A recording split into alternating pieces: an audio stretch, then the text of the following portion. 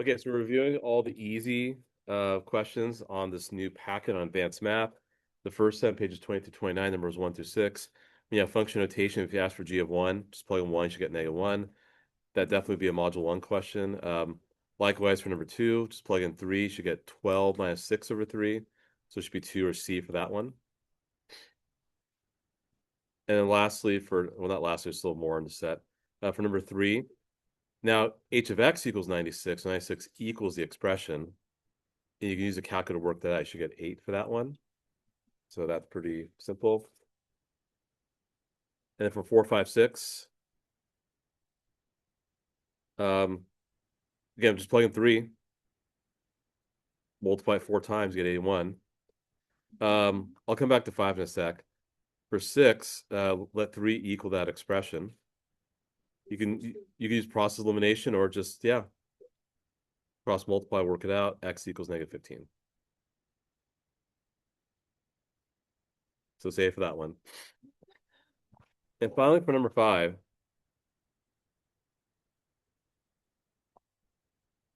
what you could do for this one here,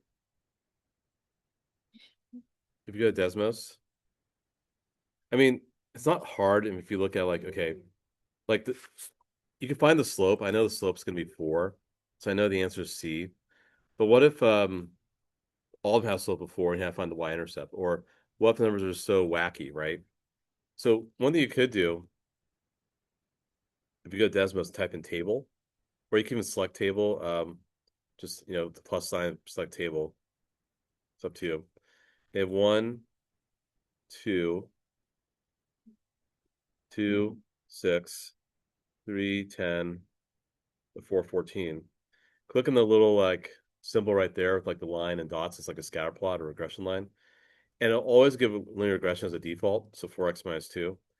But this also helps for quadratic. I mean, obviously it's not quadratic, but if you're asked to find a quadratic equation from a table, I totally do this then, because otherwise, and actually, is anyone in algebra 2 right now? Okay, are you guys doing matrices? Oh yeah.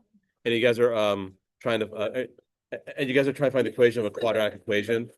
When they give you like the points of a quadratic equation, you have to like plug it back into y equals ax squared plus bx plus c. Okay, instead of doing that by hand, Desmos does it for you in a few seconds. So don't do it by hand. That's what I'm trying to say. It does all that stuff for you. No, on the ACT there could be, not the SAT. Okay, so it can be, yeah. ACT covers more advanced math. ACT. There's a science section also. Okay, let's move on to the next category. All right, graphing. Y-intercept, just look at the darn graph. It's pretty easy. It's C. It's not that hard.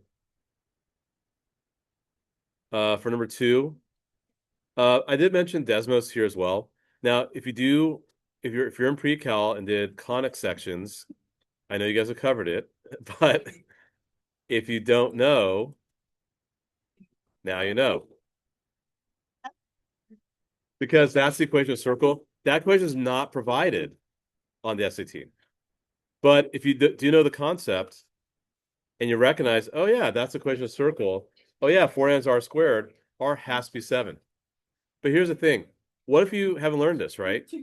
So algebra 2 students have not learned this, right?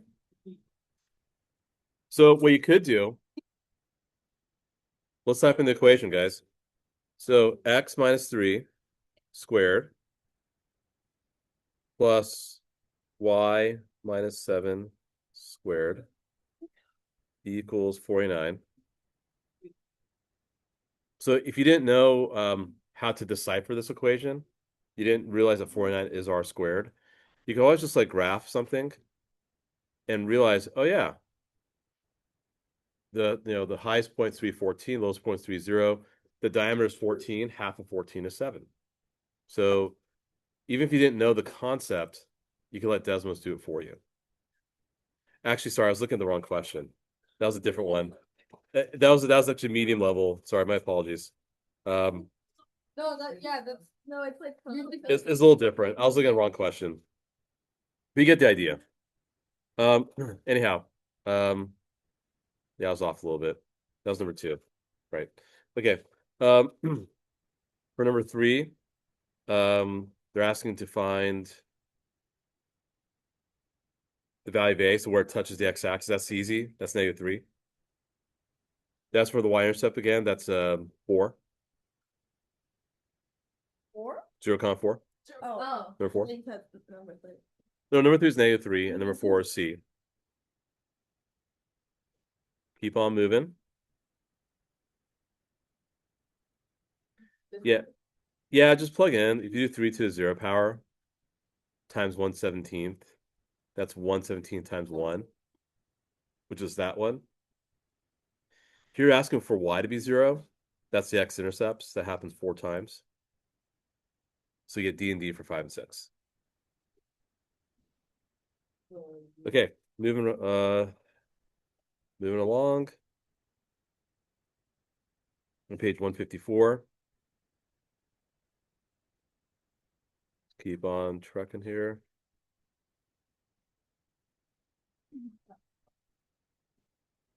Okay. So yeah, that one you just foil. It's not that hard. Or sorry, factor. You can factor it. Or look at the choice to see what makes sense. It should be D. 1, 2. And number 2, they'll accept either 3 or -3. Either one will be acceptable. Now, for this, some of you guys were asking, oh, like, how do I solve this? Like, does 7 equal this or -7 equal this? If you forgot, it's okay. You could always just type this into Desmos. And you can type in abs. That's absolute value. And it'll generate the graphs, and you just find one of the x coordinates. That's it. So y equals 7. Y equals abs 31 minus x. Zoom out. 24 or 38. Either is acceptable. So that's a nice thing to do. For 4, 5, 6, yeah, I would just use a graphing calculator or Desmos every time. But I would try to get all the terms on one side and let set equal to y and find the x-intercepts. You can also just type in the equation or the expression without equals 0 or without equals y. That'd be okay. But sometimes when you get more complex equations, I like to set equal to y. And just find the x-intercepts. That's all. Sometimes I want negative, sometimes I want positive. So, those answers would be AAC. AAC. And the last step, we move on to reading comprehension for the second half of our session today. Equivalent expressions. These can get crazy. The hard ones are definitely hard. We're going to do hard questions next week, right before we leave for break. But for this one here, they're asking which one is equivalent. It'd be D. D gets you the same thing. Because you have to add 7 to both sides to solve for x. This one, you're just going to clean it up. It should just be 12x. So 12 should be C. So 2 should be C. And for 3, just combine like terms, should be D. So you get DCD for 1, 2, 3 on page 194, the last set.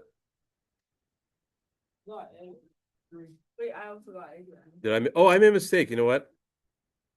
It's because my bar was covering the answer, part of the answer. Very good. Say, my apologies. Say, so it's DCA. Thank you, Luis. And lastly, for 4, 5, 6, what are you gonna factor out? 6 and x squared. And then whatever's left behind, so it should be A for 4. 4 is A as an apple. 5, clean it up, should be C as in cat. And finally, for 6, you can factor on x. That's best you can do. So that's B. So it should be ACB. So these are, ones of module 1 questions, hopefully getting to the point where you can open up module 2. We'll talk about module 2 stuff next week. And by the way, during the ski week, I do want you guys doing a practice test. So we'll talk about that also next week. Yeah, because we definitely need to have that happen. So, are some of you guys doing college tours or visits? Okay, so that's good because then I could tell Miss Castaneda or whoever's on the trip with you guys to make sure you guys are doing it. So, all right. Okay, next up. Maybe your cup is in here? All right. What was your cup? Really? So, The one over there. My cup is in here. Thank you. all right, now we got these sticker packets. This year. That I had Yep. last. Amy, where was our geometry class? Like summer? That one. Oh. Okay, these are really You- thick because the maps are really long. These are really, really thick. You want one too? No, Robbie. All right. All right. So what we'll do is this. We'll kind of trade off. We'll do one together. You guys do one your own. There's still 4 sets here. And they're different kind of questions. Like, so the first says on main idea.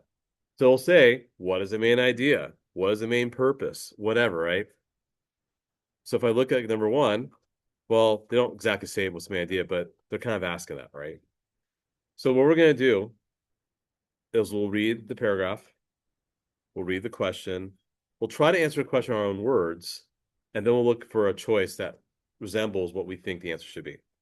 So I'll do one with you guys. I'll have you guys try 2. Then we'll move on to another set and repeat that process. That should at least get us to all the categories, and we'll still have some time left. What time we have left, we'll go back and look at some of these other questions. Or if you have questions on the previous homework, we could do that too. All right, so we're on page 72. I'll read this out loud. Human-induced climate change is affecting species in the most remote regions of the Amazon rainforest, according to the U.S. National Science Foundation. Supported research by Louisiana State University scientists. Analyses of data collected over the past 4 decades show that bird mass has decreased while bird wingspan has increased. These physical changes in the birds have occurred alongside increasing hot and dry conditions in the dry season from June to November. So according to the text, what effect does climate change have on the Amazon rainforest? Well, it's clearly changing the physiological status of the birds, right? The birds are weighing less, and apparently they have longer wingspans. Okay. And they're saying that this is correlated with hot and dry conditions. Okay. But in the beginning, they don't really tell us too much about the effect. They just kind of tell us they're doing some study. They really get to the nitty-gritty in the middle and end of the passage. So if I look at A, the number of extinct rainforest species is expected to double. Didn't say that. I mean, you could assume it wouldn't be good, but you gotta be careful there. Because a lot of people will think that, but they didn't say that, right? You have to go with what they said. B, birds reproduce at a lower rate. They didn't talk about reproduction at all. No mention of reproduction. So notice how there's certain words that kill it. The number expected to double of extinct, reproducing, no way. Challenging conditions, okay. Have resulted in birds having smaller bodies and longer wings, okay. That's a paraphrase of what I just read. I like this one. Foraging strategies, so foraging looking for food, have shifted as birds' preferred food sources have been. They didn't talk about food at all. So totally gonna go see on that one. Okay, go and try 2 on your own. Now we've talked about it. And I'll do as well. We'll check in about a couple minutes.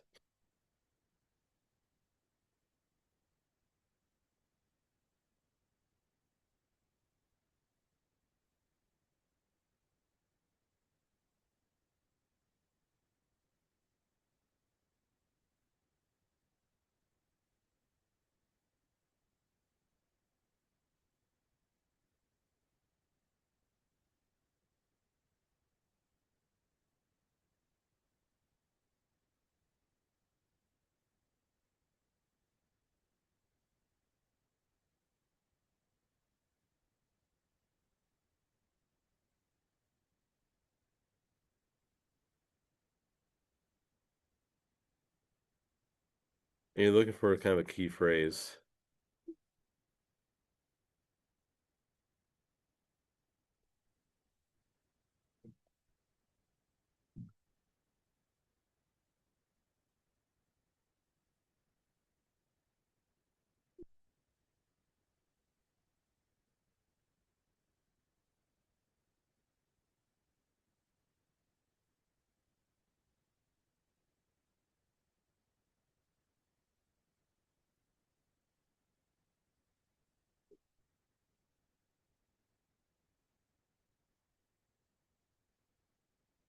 Thoughts? Yeah. Could said prior knowledge. They didn't say about colors. Didn't say about writing anything down.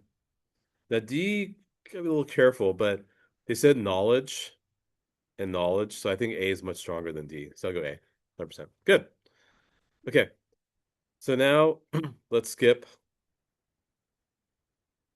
to page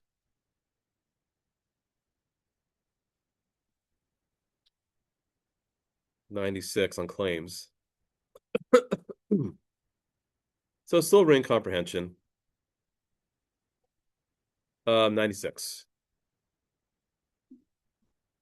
So they're asking, so a claim is like someone's like making a statement, right? And you want something that could potentially support this. You're trying to find, yeah, you're trying to find evidence that would support where the claim is. So we have to first identify the claim. So I'll read number one. Practitioners of hydroponic agriculture, the process of growing plants using a water-based nutrient solution rather than soil, often cite two important requirements for an effective hydroponic farm: substrate and nutrients.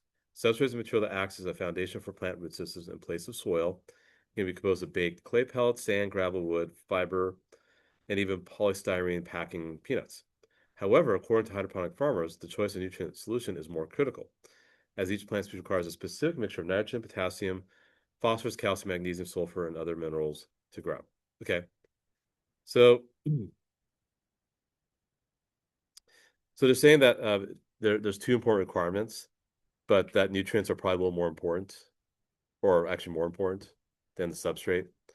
So which of the following is true when most drugs support the farmer's claim? Blake clay pellets are the most cost effective. They don't really talk about cost at all, so I don't like A so much.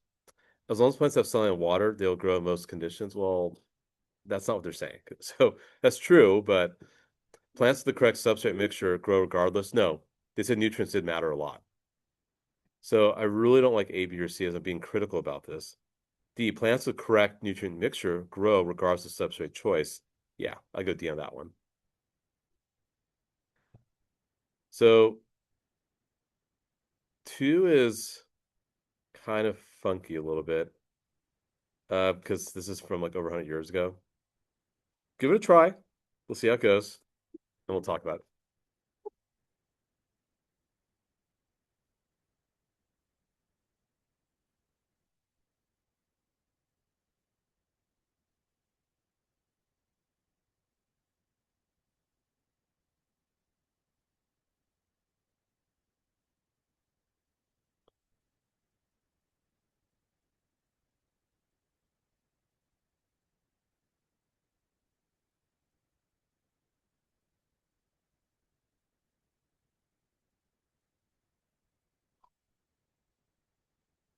What do you guys think? Yeah, he woke up. Their noise. He slept. So yeah. Again, these are pretty straightforward. So maybe we should try some medium ones after we finish the cycle. Okay, because you guys are doing great here. Let's move to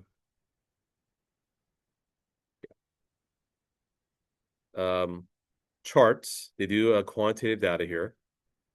So believe it or not, there's a little bit of math involved with the reading, kind of a little bit. So we're going to go to page 118, 118.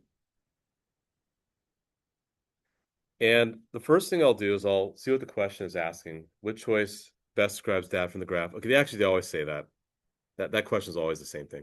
So what I'll do is I'll try to understand the data before I read. So what's the data about? Opening weekend box office sales by genre. Okay, great. They talk about 5 years, so 2006 to 2010. They're talking about comedy movies, horror movies, romance movies, and the gross earnings are in millions. And it seems as if romance movies tend to are more popular, right? The horror movies are not so much because those are kind of very disturbing. Comedy movies are second. And it seems that some years movies were more popular, like in 2007. Just in 2008, there was a recession. So I don't know if and they don't say that, but that's just me being over analyzing it. But anyhow, on average, it seems like romance is better or more popular. But let's read it. To investigate the popular movie genres over the years, the films to examine opening weekend box office performance data by 3 different genres of movies over a period of 5 years. So include that romance was the most popular genre of film over the period examined. basing popularity on opening weekend performance. Okay. So in 2010, horror films earned less money on opening weekend than it did in any other. Well, it did, but that's not going to help support our claim, right? It's not saying, it's not providing evidence for why romance is better or making more money. For all 5 years exam, romance films generate higher earnings than their opening weekends ended. Yeah, I like B. But just be sure, for all 5 years exam, comedy films generate higher earnings. Yeah, but you want to talk about romance. The economy films are consistently second highest. No, we want to talk about romance. So I'll go B. Yes, you want to be relevant, right? You want to pick a choice that's relevant to the data and relevant to the claim in the passage. That's how you approach these. So for number two, take some time to understand the data, read the blurb, answer the question. Looks they want you to fill in the blank there. So you guys, a couple minutes to do that.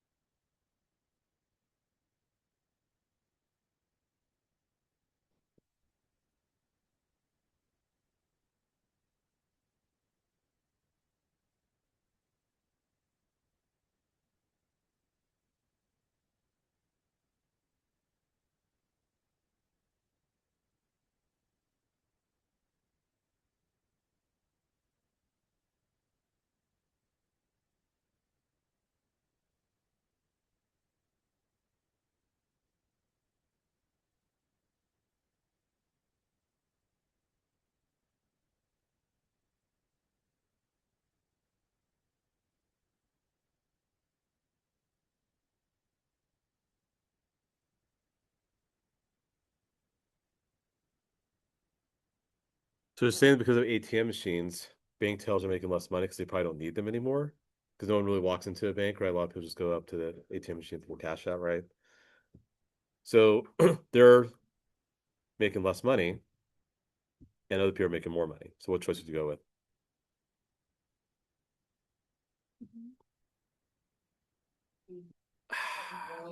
I mean, there's a lot of true ones, but I don't know which one. I- Definitely not A or B because they're not lower. Well, A is true, but it's really more because they're saying that to the traditional responsibility of human bank tellers, the median annual wage for bank tellers have fallen below the median annual wage for administrative support staff. For example, then they go and explain that administrative support staff are making more money than the bank tellers. So I go D actually. Yeah, because you want to compare it to the bank and how the bank tellers are suffering because of it. Yeah, I was, yeah, you could see where you have to be a little more critical, right? That's good. I'm glad you guys thought C because that's a trap, and we want to be mindful about that. And yeah, it was deep. Okay, then the last set. Let's go to page. This is on conclusions. What conclusions we can complete or logically complete. So let's go 146. So these are fill in the blanks, and again, you want to look at the logic within the paragraph itself. So I'll do one. I'll have you guys try two. And then maybe we'll just after that, then I'll have you guys go back and do some of the other ones, like 3, 4 of the following sets, so we get some completion here. All right. So, as an offshoot of traditional freelance employment, gig work rose in popularity during the early 21st century as online platforms made courier positions more accessible to the general public. Supporters of the gig economy claim that positions with companies that transport food or passengers are appealing to many individuals because these positions can fit multiple lifestyles. Drivers for such companies can set their own hours and can use the income from these positions either a source of income or as a means to supplement an income. These supporters therefore imply that, so it looks at a time like Uber, DoorDash, things like that, right? Um, so these supporters therefore imply, well, I don't know. Let's see which choice makes sense. A type of employment is attractive because of its flexibility. Probably. They talk about it's flexible. Not about regulation. I mean, yes, we know there needs to be regulation with this stuff. Now there's Waymo, right? Um, but that's not what they're talking about, right? A time employment is unreliable. That's true. It's not a very reliable source of income, but it's not what they're saying. They're saying how it can fit multiple lifestyles. So I like A a lot. Business practice is completely transformed. Yeah, which is true. You don't see taxi cab drivers anymore, and a lot of people just don't like going out to restaurants. They like to order in. But it's really about the flexibility. So I'll go A. That's because you want to think logically what makes sense. Even though these are true in real life, it's all about what's mentioned in the passage itself. And they're saying appealing many individuals because they can fit multiple lifestyles. That is actually my evidence. Fitting multiple lifestyles and totally flexibility lines up with that. So we want to make sure there's an alignment there. All right, go and try two.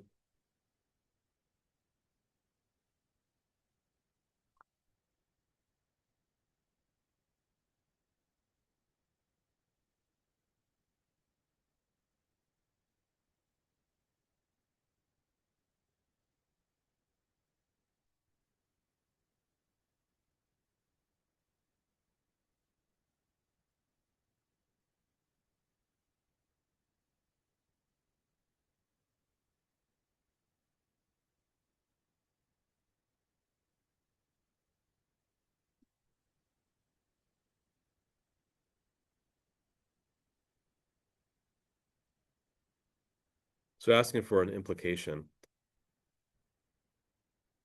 So people are upset. Okay, I get to work from home. It's cool, but oh man, you're asking me to work at 10 o'clock at night or while I'm having dinner with my kids. So that means that the assumption was when they were not working at home, they had firmer boundaries with their work schedule. So what would you guys say for two? Same B? I like C actually. I like C because it implies that previous to this work at home phenomenon, they probably didn't really stay that long at work because why are they getting upset now? Because now they're being asked to do things they didn't do before, right? If you look at A, do not always reach. No, because it did reach. I wouldn't say that necessarily. An authoritative body determined that an issue was serious enough. Actually, hold on a sec. Let me look at B now. Hold on. Wait. In response to these concerns, you know what? I don't like C anymore. You know why? Okay. No, this is good. This is good. So I was wrong. I haven't seen the answer yet. I think C is wrong. I think B is correct. It's B. Yeah. See? Now, why did I self-correct? There was actually a word. This is good. It's two.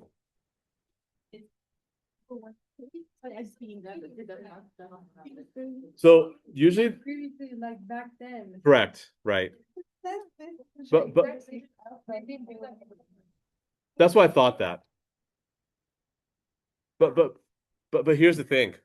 The word never is too firm. It's too absolute. Usually the correct answers for these avoid absolutes. They try to keep the answer a little more tame or more general. That's way too firm of an answer, way too extreme. Because they say never, that's very strong, right? But I think it was fair to assume that. I don't think I was wrong in assuming that. But they do kind of keep the focus on in response to these concerns.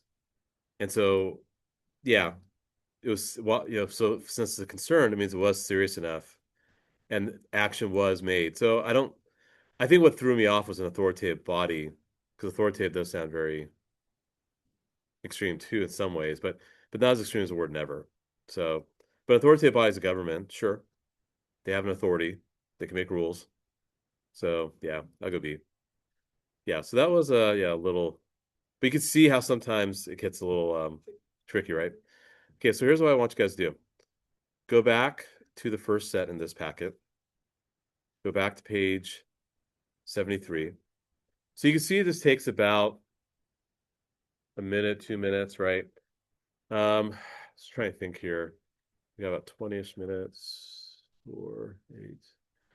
Just do 3 and 4 for each set. So do 3, 4 on this page. Right. Yeah, on page 73. Then do 3, 4 on the next set, 3, 4 on the next set, 3, 4 next set. Going backwards, right? Going backwards. Yeah. Or you could do 3, 4 where we are right now. That's fine too. That's fine too. Anything's fine. But try that. And then yeah. Then we'll just and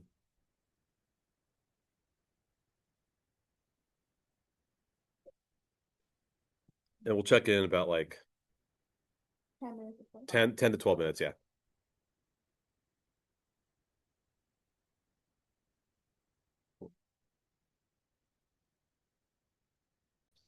Okay. Let me find out which finding if true will most direct support D. Gregorio's claim. Okay, guys, just let me talk. Thanks. Oh, so it's all good. Appreciate it. The visitors to the jungles of Madagascar often report hearing a chaotic series of sounds as they explore landscape. Those sounds, according to University of Turin biologist Chiara de Gregorio, are the songs of the Indri lemur. De Gregorio claims that the Indri songs do in fact follow a pattern, and she and her team analyzed recordings of 636 individual Indri songs to investigate this quality. So you guys are saying C? I don't know. Yeah, I don't know what you're saying. I don't know. Let's find out. One, 96.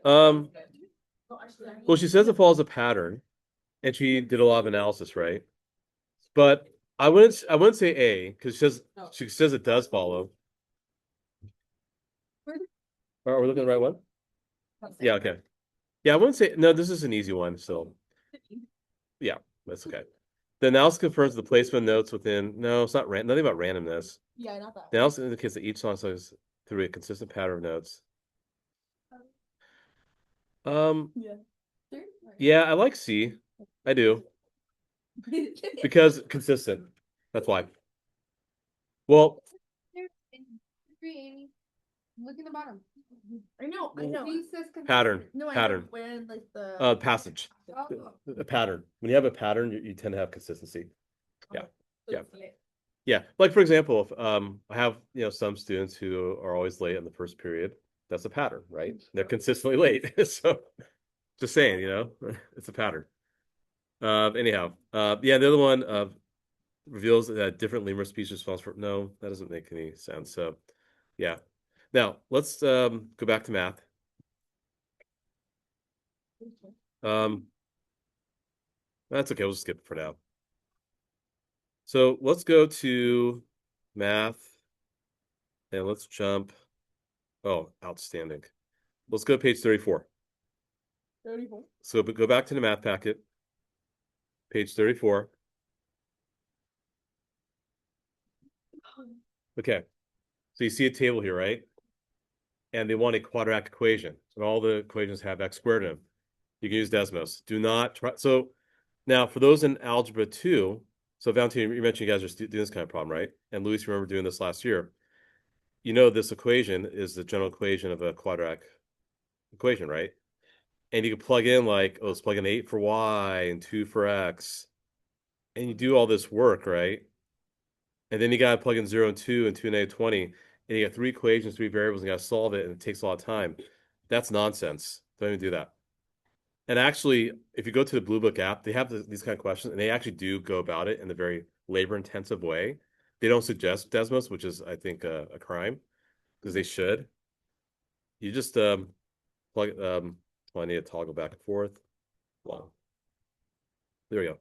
-2, 8, 0, 2. And usually we have 3 points. That's enough, but I'll do the fourth one. And thank you for -58. And then just click on this little symbol here, switches to quadratic regression, and the equation spit out -2x squared minus 7x plus 2. See, I did all that in like 15 seconds. What? Okay, I'm gonna say it faster in 10 seconds. All right, so first you gotta put it on the tip. No, just kidding. Right? No, I won't talk that way. Okay, I'll talk slow. I'll do it over 30 seconds. How that? So you have a table of values. Go to Desmos, type in table and punch in those values. After you punch in those values, you have that little symbol. Yeah, you have that little symbol off to the left. And then, but switch, after you do that, it will give linear regression first. Go to the drop box or the drop down menu and switch it to quadratic regression. Yeah. Okay, that's it. No problem. So what's the answer? See, season cap. I think that was. So that's just an opportunity to use Desmos, right? They do a lot of. Yeah, go ahead. Go. Well, a lot of people go about the labor intensive way. Yes. Yeah. Yeah, they do. They do. So if you don't see the the button. Actually, since we're talking about math, let's also look at some of the hard.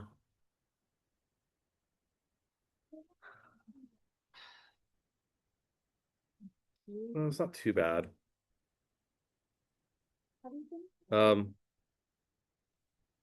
That's okay. We'll just look at. Actually, it's almost 5 o'clock. Why don't we just stop now? So we'll stop now. I think we're good for today. What I'd like you guys to do, I'll have you guys work on medium 1 through 6 for math, and medium 1 through 6 for reading and writing. So it's a total of 48 questions. You know, that's what I'll suggest you do. I mean, if you get all of it done, cool. If not, that's okay too. But I suggest you guys work through mediums in the packets you have right now, 1 through 6. You can do more if you want. What we're going to do next week, bring all the packets with you. Bring all the packets with you next week. And we're going to do like a hard question from every set. Okay. That's it. Are you guys leaving by Thursday? Oh, are you guys leaving for the college? Oh. Oh, well, good for you. Well, I stop recording. I'll record it. It's fine. No, I'm not doing any new packets now. You have all the packets. So I just do them.